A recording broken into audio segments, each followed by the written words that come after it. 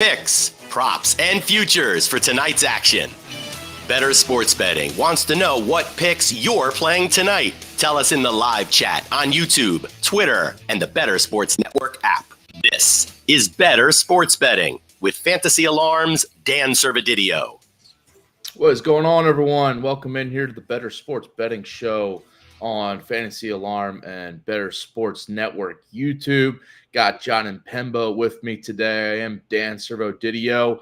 We got a Football Friday on today's show, giving out some bets, props, picks, touchdown predictions for NFL Week 13 Sunday slate. How you doing, Jon? I'm doing pretty good. Like you said, the NFL season continues to roll along. It's kind of funny to think about how much preparation and work we do preparing for the start of the NFL season, and now we're only mere weeks away from the playoffs and the regular season being over. So it's pretty wild to think about how quickly it comes and goes. I know, taking stock of, changing opinions from the beginning of the season on teams, on players. We've already had multiple coaching changes that I know I will get to on for my betting picks today.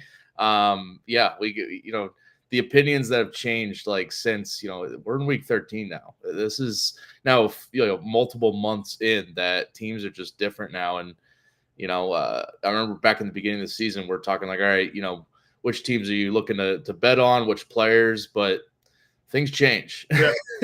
Injuries, as we know, but these coaching changes are just players popping up, breaking out, players busting. It's crazy. So if you guys have any of your own picks or bets you want to throw at us in the chat today, definitely do that.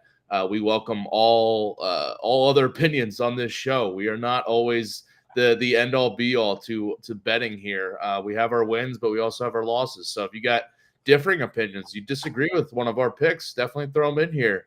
We already got a question here, a comment here on YouTube.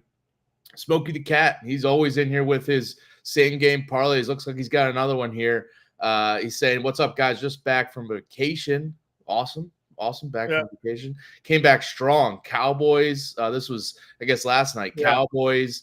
CeeDee Lamb touchdown, Pollard touchdown, and DK Metcalf touchdown. Awesome to cash that, get all those touchdown props in there. Done early, right? In those games, pretty much all in the first quarter and a half. I think those all hit. So yeah, and that was a higher scoring game. Usually, we're sweating out the Cowboys' decision making process at the end of that game to throw on third down there instead of running the ball to kill the clock. I don't know what that was about, but They I think if it was anybody else besides Geno Smith and the Seahawks, I think they would have deserved to lose that, to let up like a touchdown late, to just because they kind of the way DK Metcalf was burning them all night. You think they want to give them another shot, and they got the midfield right away, and then the drive stalled out on them. Yeah. Me and James Grande on yesterday's show gave out some winners. He had the Pollard anytime touchdown, so shout out to that. I hit on Jackson Smith and Jigba and Brandon Cooks overs on their receiving yards. Also hit on Geno Smith anytime interception prop. Thankfully that cashed. I had that for our sleeper picks. There you go. We gave out on the Quick Out Fantasy Show, myself and Andrew Cooper. Coop had the Pollard anytime touchdown. I had Geno over half a pick. So glad to see both of those cash. So yeah, it's a good Thursday night football game for us at the Fantasy Alarm house here. Yeah, if you took the over, you cashed, and if you took the Seahawks, you cashed on those bets. So, all right, we turn our attention to Sunday because we got a lot of interesting games here. I'll let you go first here. The board is yours, Jon. Where are you going with one of your game picks for Sunday? Yeah, I'm going to go with the Houston Texans here at home -3. This is their fourth straight home game or something like that. Something like a wild scheduling, advantage here for Houston. They have Denver coming in, and a lot of people riding high with Denver, the way they've kind of rattled off a bunch of wins and beaten some good teams here. But I still think that offense in Denver has left a lot to be desired. And I do think Houston's defense is coming around a little bit. I know they lost, obviously, last week to Jacksonville, but I think ultimately this is going to be too much for the Denver defense to handle with the way Houston's passing offense has been. I like them at home here, so I'm going to take Houston -3. Yeah, I was looking at this one too. And on Wednesday, me and Howard were talking, early leans for the weekend. And this is one he threw out there. It was taking the Texans because of the fact that they are at home for third, fourth game in a row. Third week in a row home game. So I think that means something for a rookie quarterback in Stroud who's just feeling comfortable. And yeah, Denver just there's a 5-game win streak for them. Like but they weren't like great. They not all of them were easy, right? There was some ugly kind of wins there, some lucky late wins there. So I think maybe their luck runs out a little bit here, having to go on the road this week. Yeah. Smokey in here, he's got a touchdown parlay he wants to throw at us here real quick. $5 to pay out for $11.50. He's got Pat Freiermuth, Austin Eckler, Evan Ingram, Travis Kelce, and Rachaad White on the touchdown parlays. Not to say it won't hit, but if there's one guy that you think might not score out of that group, who would it be? Probably Freiermuth. Listen, the Steelers they changed up some of their play calling with Canada gone, and he was a guy that was involved early and often. So my problem with that game, and we'll talk about our touchdown props in a little bit later, is more so it was great to see what Kenny Pickett did last week. 72% of his passes completed, 270 yards passing.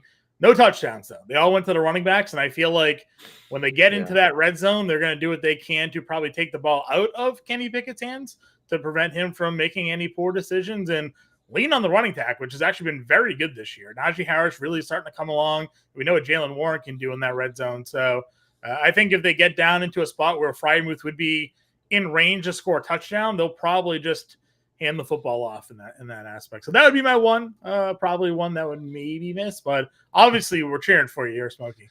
Oh yeah, for sure. I mean, well, why not? All right, one of my picks here, I'm going Titans plus 1.5. It's at like +1, but I want to get the 1.5, just a little safety there.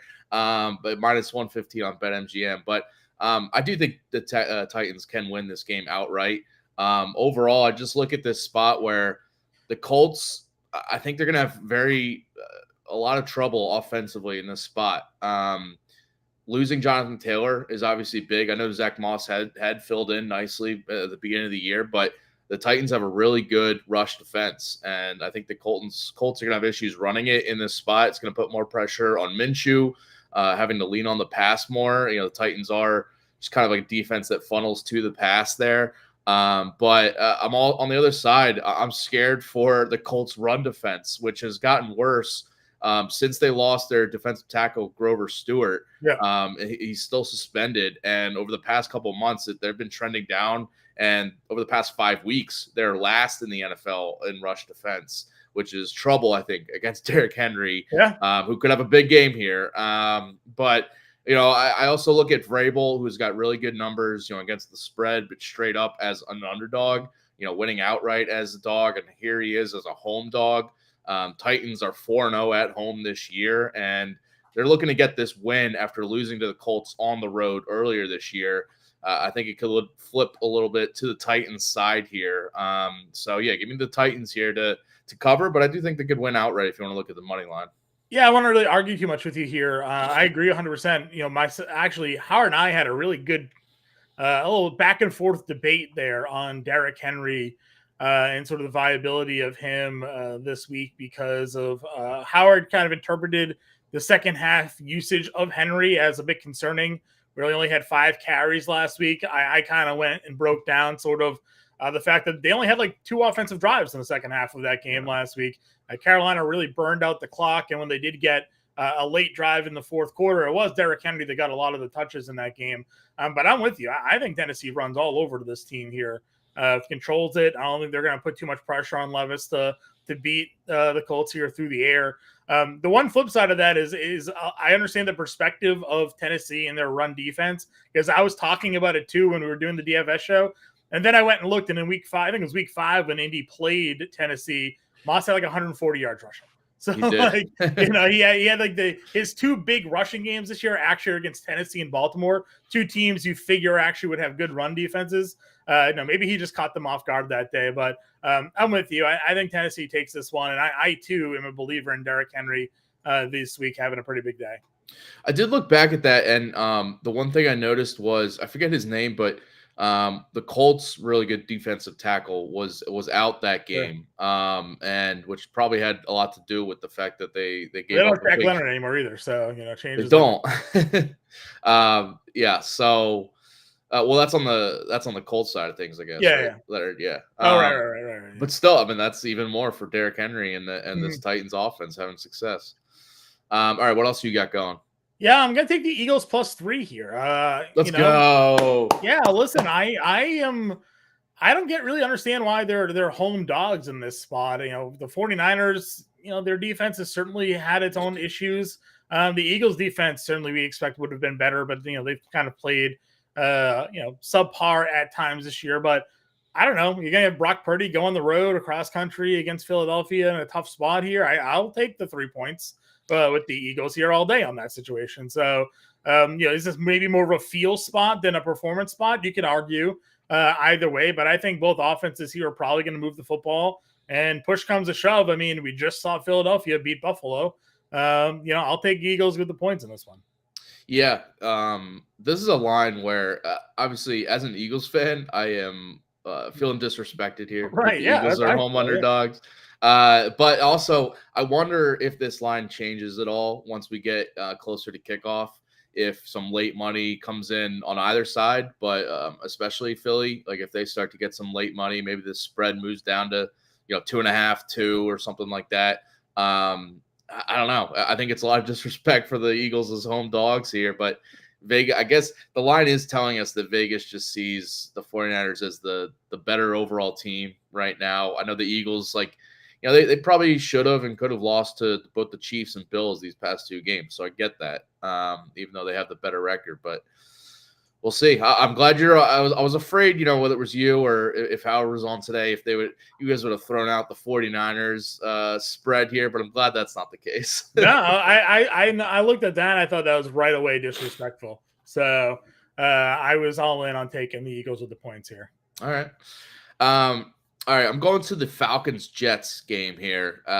Give me the under. This is, the under, the total is low here at 34. It's actually down to 33.5, I see, but I think it's low for a reason. This is going to be one of those just ugly games. We know what the deal is with the Jets, with Tim Boyle under center. Yeah. The offense, I don't think, is better, markedly better with Boyle instead of Wilson, but their games in general usually hit the under because of their really good defense. So that's what's going to set the tone here. The really good pass defense and secondary, which I think is going to really give Desmond Ridder some issues here, who, he still has his struggles. He's still been very inconsistent, and he's been worse on the road here this season than at home. The Falcons in general have been worse on the road this year. So I think that the Falcons offense still is either way going to lean on the run because the Jets defense does allow a lot of rushing yards, and they have that elite pass defense and secondary.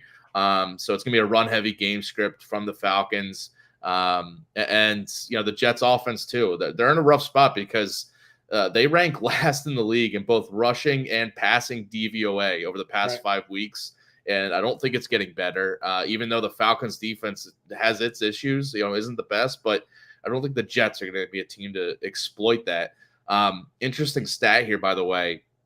Credit to Action Network. If you read their stuff, they dive into some against the spread numbers and totals and all that to find some trends over the years. Games that have a total at 37 or below since November 2019. They are 82% to the under since over the past handful of years here, when the totals are lower than 37. And this year, when we've had totals at 38 or below, the under has cashed 83% of the time. So I think this is an under for a reason. There's been a number of times this year, usually with the Steelers involved, where I took unders on their low totals because it's just that low for a reason. We were all in on the under on that Patriots Giants game. So, the teams that didn't want to win. So I don't know if you've peeped our touchdown prop segment here, but I got something for this game as well. So. I noticed, and it makes me feel good about this pick. So so we'll see what happens. We'll tease there because when we get down there. It's a touchdown prop, but it's not what you think. So it's not what you think.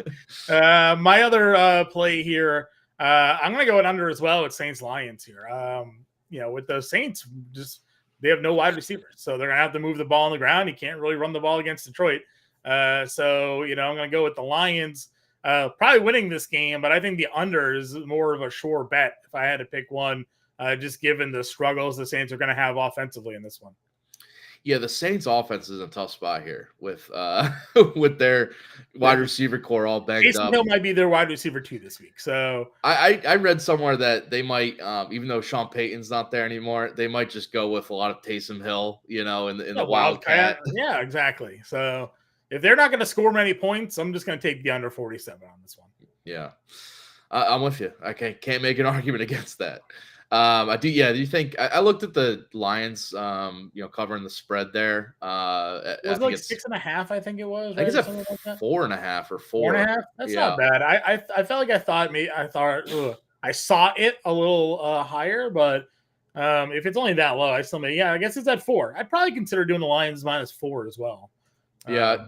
I looked at that one. I do think they're looking to bounce back after losing to the Packers on Thanksgiving, especially defensively. I think they're going to be better in this spot, even though it's on the road. All right, Goff did them no favors in that game, turning the ball over 3 times. So no. All right, we got this is an unders show because I'm going with another under here, and it's Dolphins Commanders under 49.5. Okay. I realize the Dolphins offense can score in the blink of an eye. But I do think the Commanders defense, as bad as they've been this year, I actually think there's gonna be a lot better effort this week because they fired Jack Del Rio, their D coordinator. Ron Rivera is now taking over play calling duties for the defense. The first time he's done it actually since 2018 when he's with the Panthers as their head coach, but he's taken on play calling duties. I just feel like he's going to have a really good, mindset around the defense, but just getting a lot better effort from this defense, especially with the Miami offense coming to town here. I just think we're going to get a lot better effort there defensively. I realize that it's risky betting unders in Dolphins games, but I could also see them if the Dolphins kind of score and build a lead early on. That just kind of go on cruise control and like lean on the run in the second half and just try to get out there with a win. So I think even if there's some early scoring, I feel like the second half will be more, lower scoring, slower paced. The Dolphins defense on the other side has improved with Jalen Ramsey back. They've been better. I know they just lost Jalen Phillips with his season-ending injury, which is a little worrisome, but overall, this defense has been better against the pass, specifically with Ramsey back, which, Sam Howell, he's getting sacked at a league high rate right now. And, even the Dolphins pass rush is still pretty good. Bradley Chubb back there leading the way. You don't even need a good pass rush against the Commanders. That's true. He'll take the sack. It's okay. That's true. And I don't have the specific numbers in front of me, but Washington home games have hit the under more often, like I think it's like a 65% rate that they've hit the under over the past few years here, and especially with Rivera in town, that their home unders just continue to cash. So that's kind of a trend to think about here. So give me the under. I just think it's a little too high, especially just with the Commanders offense on the other side of that Dolphins. Yeah, I'm fine going there as well. Like we've talked a lot about with Washington, from a fantasy perspective, we say, Sam Howell does continue to put up good numbers, but that team isn't good. He's not a good actual quarterback. So, this could just very easily be a 30-14 game, where Dolphins win handily and the under still checks in. So I'm good. I'm good with that one for sure. We did just get word Joe Flacco is officially the starting quarterback this week for the Cleveland Browns. I don't know if that changes. I thought that was gonna be coming. I don't know if that changes your opinion of Cleveland plus or minus 4 and over under 40.5. They're in LA against the Rams. Listen, I'm looking at Browns money line plus 155. I might take that. Maybe, right? Joe Flacco probably better than can't be any worse than we've seen there. I did see some like reports on Twitter from reporters, and maybe it was the Stefanski or whatever, saying that Flacco looks good in practice. He's looking good. He's throwing darts, and who knows? He might be feeling like this is kind of one of those games. It's like, oh, you forgot about Flacco. He's hashtag elite. Right. We'll see. Mark wants to know what the line is on Flacco, immediate torn ACL. Rough. We're not going to bet on injuries here, Mark, but he's old. So, but hey, as someone that has many shares of Amari Cooper and Divin and Njoku in fantasy this year, I'll take anybody that can throw a football. It's definitely an upgrade over Thompson Robinson. I would agree with you. Merzilla, by the way, on YouTube here, Merzilla 304. I don't know what Pollard's reception prop was. Was it 3.5? Because he's saying that Pollard's 4th reception last night didn't count because it was a perfect horizontal lateral. He finished with 3 receptions. So it was his. I don't know. I wasn't up to date on his reception prop, but if it was at 3.5 and he should have had 4, maybe, then that's a tough beat. Bad beat, yeah. Merzilla saying it was 3.5. So wow. That's a tough one, and especially like because it's it's a caught pass, but it's technically a lateral. Rough. All right, my last game pick here. Before we get to some player props and touchdown calls, this is just a pure vibes play. Panthers plus 5.5. Fired their head coach Frank Reich. Basically cleaned house on the offensive side with multiple. Their assistants, Josh McCown fired too. Change in the offensive coordinator play calling here. I just think that they're going to come out, motivated because of Frank Reich not being there. I think Bryce Young is going to feel a little bit better. I expect a better play calling duties. We got Thomas Brown, who's the O coordinator, who had like play calling duties taken away from him by Reich early this year. Now he's back as the play caller. I just feel like I hope they scheme stuff up, whether it's, RPOs with Bryce Young, whether it's, a lot more motion, some trick plays involved. I feel like they're going to surprise the Bucs here a little bit. And the 5.5, I just don't think the Bucs deserve to be this big of favorites either way. I know it's the Panthers and they've been terrible, but I don't trust the Bucs in this spot. So, we talked about this on Wednesday, me and Howard. And I knew if he was on the show, he'd probably throw out the Panthers here. Yeah. But some trends here that I threw out Wednesday, I'll just reiterate them here. 36 teams have made in-season coaching changes since 2004. In their next game after, with the interim coach now in place, those teams are 17-19 straight up and 20-16 against the spread. That includes early this year when the Raiders, came out and won outright with Antonio Pierce as the interim after the McDaniels got fired. Those numbers don't look great, 17-19 straight up, 20-16 against the spread. But you also have to take into account that these teams were terrible, beforehand, right. And they weren't covering, especially the Panthers in this situation. I think they've won cover against the spread all year. So, but you just got to raise the expectations a little bit more that they're overperforming compared to what they've been doing. So that's just the trend for coaching changes.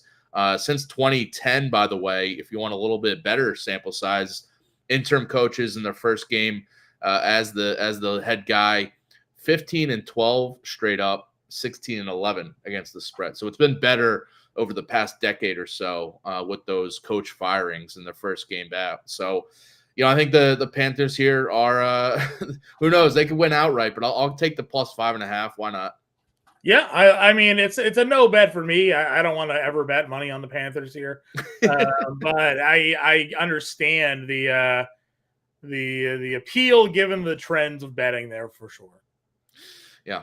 All right. How about some player props? And by the way, if you're looking for some more help in fantasy or for betting or for DFS this weekend, we got awesome stuff as we've been doing all year at Fantasy Alarm. You can get access to all of it with the All Pro subscription, expert access, one-on-one expert access in the Discord, the league sync, the lineup generator. I know we'll have best bets articles. We have all the DFS position coaches up there on Fantasy Alarm. We got red zone report, target report, wide receiver, cornerback report. All this you can get with the All Pro subscription if you haven't already. So definitely check that out for this weekend's games.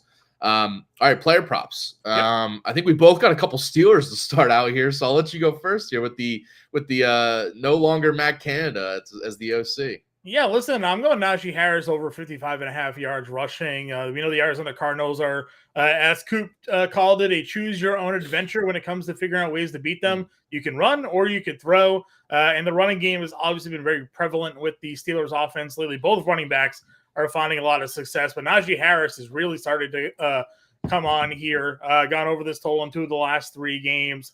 We know he's going to get double-digit carries here. He's had some long runs lately as well. I just like Harris and the Steelers' offense in general here at home in this spot against the Cardinals. So give me Harris over the 55.5 rushing.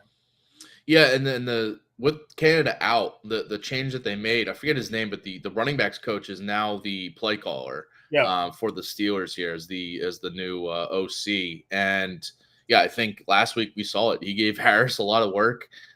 Clearly he sees, he thinks Harris should be getting more touches here. So I like that call. Yeah, last 4 weeks, he's had a long run of 17 or more yards in each of those 4 games. So basically getting half the yardage we need in 1 carry per game there. Yeah. I like that one. I almost went Najee Harris. I'm going Kenny Pickett on the other side, though, on the passing side of things. Over 18.5 completions. I think, they're going to go with that, giving Harris, more balanced look. But I do think that they showed some things last week where they wanted to get Pickett more comfortable under center with some throws over the middle. We saw Pat Freiermuth have that big game. But we saw Pickett and this offense where they weren't doing it much earlier this year, but throwing more over the middle, opening things up for both the run game and the passing game.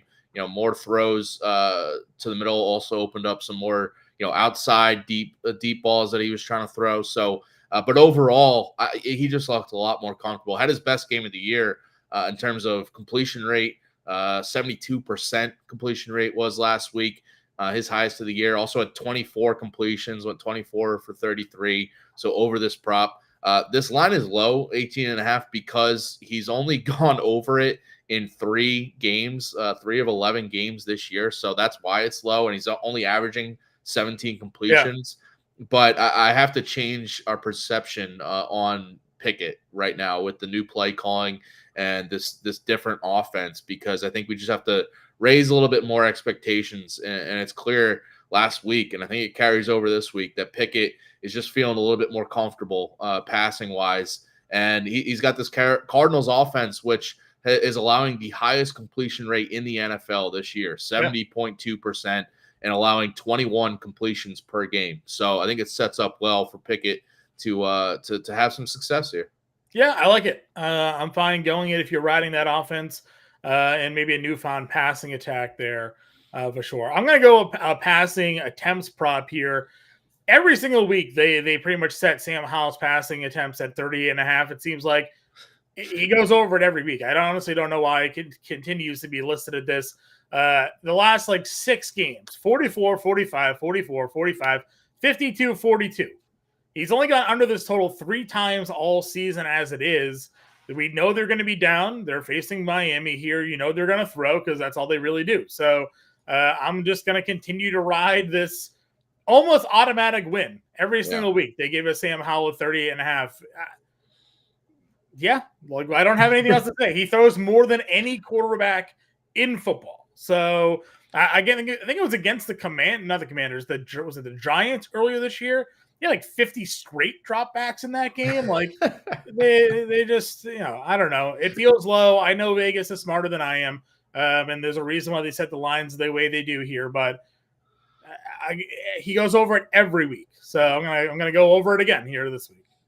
Well, listen, they're probably going to be trailing here against the Dolphins, which just adds in that game flow aspect of it has to be more passing. If it would be different if they were favored and this was, you throwing out this pick, but they're going to be trailing. They're bound to be trailing in this game and having to throw more in the second half. So, yeah, I'm with you on there. Merzilla here on YouTube chat asking, do you like Javonte Williams at all having a good day against Houston? What do you think about that one? I mean, he's definitely improved his workload and usage in that offense for sure. But the last couple of times we've rode running backs against Houston, it hasn't really worked out for us. We thought James Conner was going to have a big day. Didn't happen. We thought Etienne was going to be in for a big day. It didn't happen. So I don't know if scheme-wise Houston has changed the way they're defending the run, or if they're just personnel-wise gotten better. But, Etienne did not have a good day. Conner didn't have a good day. If they're trailing in this game, how much work is Javonte going to get here? You seeded, the passing work again last week to Samaje Perine. So it's not something I'm betting. If you're looking for a DFS dart or something like that, sure, but it's not. I'm not really expecting some huge day to come from Javonte Williams here. Yeah, the game flow aspect of it is one I was going to bring up, and I'm glad you did because it's if they are trailing, which the Texans are favored by 3, you put them as one of your bets because they could be winning by a touchdown or more at times in this game, and it could be leading to a more passing game script. And they've shown they like having Perine as that better pass blocker, third down back, pass catcher than Williams at times. So. Yeah, maybe if you're looking looking at his unders maybe for rushing props for Williams. Trying to see what the last running back. I guess Mixon. Mixon was 11 for 46 in that game. That was just kind of a shootout. Rachaad White, did he have a good game against them? White 20 for 73 was pretty good, but for only 3.7 yards per carry. That was obviously the big 76 total point game there. So, I don't know. I'm not the biggest Javonte guy this week. Is on BetMGM, his rushing yards prop is at 59.5. Seems a tad high to take the over there, but I'd probably just stay away either way. I'm with you. All right. Staying in that game, though, I do have CJ Stroud over 33.5 pass attempts. So, what do you like about that one? Just again, the trend of pass attempts from CJ Stroud. A game that we think is going to be competitive, second highest game total on the board. He's gone over this total in 4 straight games. So I'm going to assume they keep throwing in these competitive games that they're going to be in. And then certainly not shy about Stroud when it comes to protecting him. He started the season with back-to-back games of 44 and 47 pass attempts there. So if he's got to chuck it, they'll let him chuck it. Yeah. All right. I'm going to go to the Panther side of things here. In that game with the coaching change, I think one guy that's primed to see his snaps and see his touches just, drop and maybe go away altogether at some point this year is Miles Sanders. There's already been kind of a changing of the guard there with Chuba Hubbard out snapping him and out touching him in that offense. But this week with the coaching change, I do think there's a greater chance that he just isn't used a lot in this offense. Frank Reich and Deuce Staley both gone here. And Deuce Staley, the running backs coach, he was with the Eagles with Sanders, and he was kind of, you could tell he was still giving Sanders a lot more, snaps and usage over Hubbard. But I feel like that's going to change now with Staley out, especially Frank Reich also with the Eagles with Sanders. I feel like he could, with both of them gone, Sanders doesn't have a ton of guys in his corner in this backfield. And the Panthers are, they're looking to next year. And if Hubbard gives them more juice, I feel like he's going to start getting more usage and more rushing attempts for sure in this backfield, as he's already been, out snapping him in games already. And I look at the Bucs. They have one of the better run defenses in the NFL this year. I think it's 4th or 5th least rushing yards per game against teams this year. And Sanders, I mentioned, his snaps and touches already trending down. He's been under this prop, under 28.5 rushing yards in 5 of the last 8 games anyway. Yeah. So I think with the coaching change, it even trends more towards him going under this prop. Yeah, I'm with you on that one. Again, they clearly phased them out. They can't really run the football anyways. They haven't been able to run the football all season long. And now you're going up against Tampa Bay. They got Vita Vea there in the middle, obviously a pretty good run defense. So, I'm 100% on board with that play. All right, another prop I'll throw out here in that Eagles-49ers game. I was trying to pick which prop to go with on the 49ers side of things because I know as an Eagles fan, I've seen it every week, but if you just look at the numbers, they are struggling against tight ends, and they're struggling to cover the middle of the field, whether it's slot guys or tight ends. So George Kittle over 3.5 receptions is where I'm going with this. Thought about a Deebo Samuel prop instead, but I'm going Kittle because if you look at the past 4 games against the Eagles, tight ends have had 5, 7, 7, and 6 receptions against the Eagles, and it's been some top tier tight ends like Kittle. There was Travis Kelce was one of those. We had last week was Dalton Kincaid. The Eagles are really struggling against tight ends because of their weaker linebacking core, which has now had multiple injuries to the linebacking unit. And now dealing with a Zach Cunningham injury, who's expected, he's doubtful this week. So that's a tough spot to be in.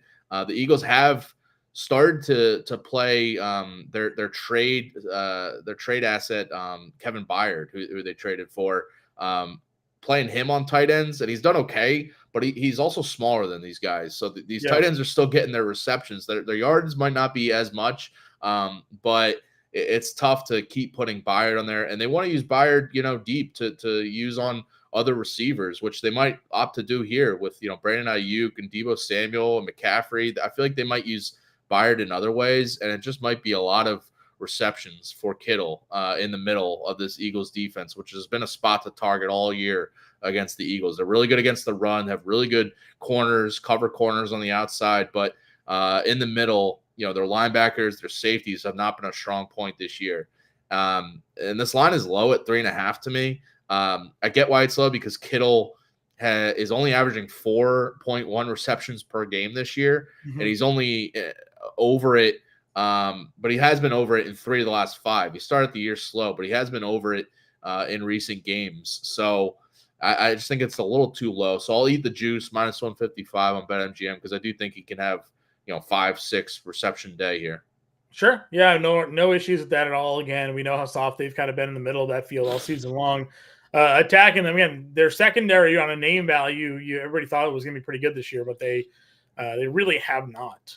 I'm going to go with a plus odds prop here that I was surprised to see that it was plus odds, and that is Amon-Ra St. Brown more than the 7.5 receptions here. He has got a great matchup, but this is one I'm sure Bender would have given out as well. Targeting Alontae Taylor has been one of his favorite things to do all season long. The slot corner there for the Saints has been giving up one of the more reception happy corners that there are in the NFL. And then you look at Amon-Ra St. Brown here, the last 6 games, 9, 8, 8, 6, 13, 12. So in 5 of the last 6 games, he's gone over this 7.5 total, and you're getting plus odds on it as he's going to be lined up against one of the worst cornerbacks in football. The target share for him continues to be great, 11, 11, 9, 9, 19, and 15. I mean, I understand I took the under in this game, and I don't think that the Saints are going to be all that competitive here, but they do throw the ball a ton, and the Lions do, and they pretty much only throw it to Amon-Ra St. Brown here. So you're going to give me plus 110 on the Sun God here. I'll go the over 7.5. I love this prop. I love this call. I looked at St. Brown's receptions. I looked at his yards. I probably should have gone there, but yeah, I think the matchup with Lattimore out and Alontae Taylor in is a great spot to target. Yeah. And yeah, his production, like this line is high, 7.5 receptions is high, but he's also been going over it plenty, as you said. So, not high for him, right? Yeah. It's what it is. It's not high for him at all. Yeah, great call in there. All right, my last one, another receptions prop here. Josh Downs at 4.5 receptions. Give me the over on this. This is another one where I think it's too low. And Downs this year, if it's been at under 5, I am taking the over, and it's been cashing because he now has 5+ receptions in 5 of his last 6 full games. One of the unders was he got hurt, and the other one was his first game back from getting hurt. So, but in his last 6 full games, he's been over this 5 of the last 6. Returned from the Colts, got back from the bye last week, and Downs looked great. It was him and Pittman being the top 2 heavy targets in this offense from Minshew. And Downs had 5 receptions on 13 targets last week, which I see those targets, and that is a really good sign that Minshew is looking his way a lot. It's basically him and Pittman in this passing game right now. And Downs has a favorable matchup here in the slot against Titans slot corner Roger McCreary, who's got a lower PFF coverage grade. Our wide receiver cornerback matchup report over on Fantasy Alarm was checking that out earlier, and I think it's McCreary had like a 70% completion rate against him this season. So it's great for Downs here, who's getting a lot of underneath throws, but easy completions from Minshew a lot of times. So give me the over on his receptions. Yeah, I'm good on that one. I think both wide receivers again are in great spots here for the Colts this week. Knowing no Jonathan Taylor, I think Minshew throws the ball a little bit more than we're accustomed to him seeing so far this year, and obviously a great spot to do it against Tennessee. So I'm with you. Yeah, and we know that Tennessee, as we were talking about earlier, that they're good against the run, but they funnel a lot through the air. So I think it's a good matchup. All right, those are some props for Week 13. We got to get some touchdown calls here, so let's get to our touchdown prediction.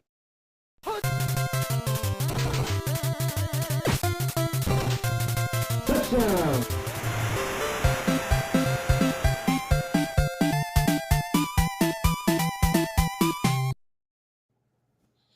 All right, John, we teased it earlier. I gave out the under in Jets Falcons. You got an interesting touchdown prop in this one. I do. I have no touchdowns being scored in this game here at plus 2,200. Obviously, this is a huge dart throw, but I'm just looking at the inept Jets offense here going up against a Falcons team that, again, can Arthur Smith stay out of his own way consistently? Probably not. They don't really throw the ball all that well. Bijan has obviously looked very good, and the Jets have struggled a bit recently against the run. But, I can envision this just being a spot where the Falcons maybe do move down the field a little bit, and then they just stall out. They don't get in the end zone here. We're going to see a lot of field goals. And I don't know what the Jets are going to do offensively here. So I'm going to go no touchdown scored between the Falcons and Jets here for a nice plus $2,200 payday. I am all about this. This is where it's at. I know you like to find these plus money touchdown props, and this is another level here. This is another level. Yeah. I've been giving out some first touchdown props the last few weeks that I've done this show, and they've come through for us here. And then I just looked at this match and I was like, I don't know. Falcons on the road fighting Tim Boyles. You know what? I don't think anyone's going to get in the end zone here. So we'll ride. We'll ride with it. So we're looking at a 15-9 final score. Yeah, field goals. Yeah, field goals and safeties. That's where we're at. All right. All right. I'm going my lock and load pick every week. If the odds are right, I'm going with it. Tyreek Hill. It's minus 140 on BetMGM. This should be higher. He has 10 touchdowns this year, and he's scored in every game but 2 this season. It's just a weekly thing. Even though I took the under in this game, Commanders, Dolphins, it's just kind of one of those, until it stops cashing consistently, you got to throw out Tyreek Hill's anytime touchdown prop. And this week, the Commanders have allowed the most passing touchdowns in the NFL, 28 over their 12 games, averaging over 2 per game. I think Tyreek Hill is one of those 2 this week for the Dolphins.